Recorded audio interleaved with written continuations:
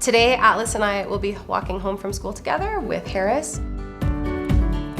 My son, Atlas, has autism, and our dog, Harris, is actually his autism service dog.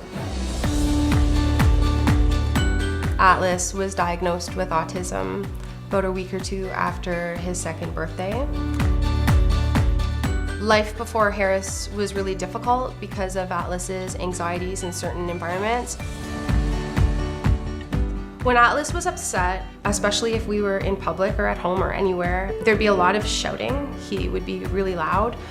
He'd be really visibly upset. We were really desperate and we weren't functioning as a family and life was kind of crumbling. We were prisoners inside of our house because it was difficult to leave the house. And you said, "Thank you, Mommy." We felt that Atlas needed a service dog because he's a flight risk.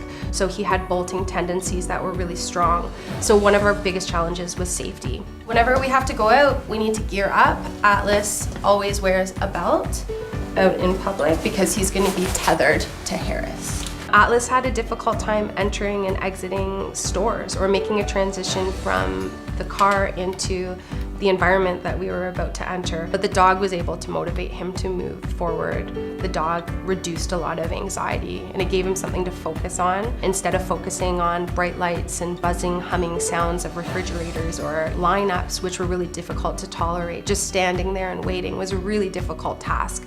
We'd see a lot of behaviors and we'd have a lot of eyeballs on us, and it made these experiences very difficult to leave the house.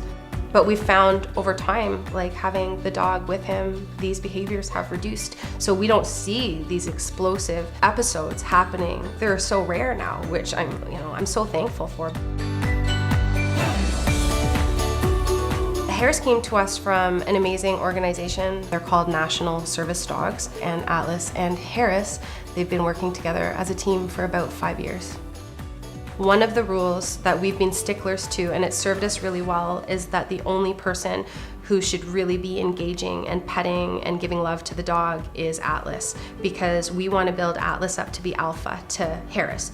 That means that everybody else's hands are off. There are certain tasks that Atlas is responsible for. One of them is Atlas is responsible for feeding his dog. Food is love, and so that's part of the routine. The other thing is if Harris is going to be treated for any reason, they're playing outside or we're in public and Harris did something amazing and we want to pay him his treat, it comes from Atlas. Atlas, call your dog. Harris. So Atlas has a lot of challenges when it comes to being social in a school environment or with his peers. Atlas doesn't necessarily know how to have a conversation yet or express himself, but Harris is definitely a really good tool in that respect. It's not typical to have a dog in a school environment, and so just being beside a dog all day draws the attention of his peers. And guess what? Kids like dogs, and so it brings people closer to his little bubble and it forces him to have conversation and it makes him really relatable. He's included by everybody, and I think a part of his social success in a school environment has everything to do with Harris. I am most grateful for a future that I really look forward to. Without Harris, I don't know what it would have looked like. Looking forward, I know that we're good and we can face anything, and things that once would have been impossible or extremely challenging or so challenging that we didn't even want to bother trying because we anticipated a negative outcome, that's not the case at all anymore. The whole trajectory has changed and our future's bright.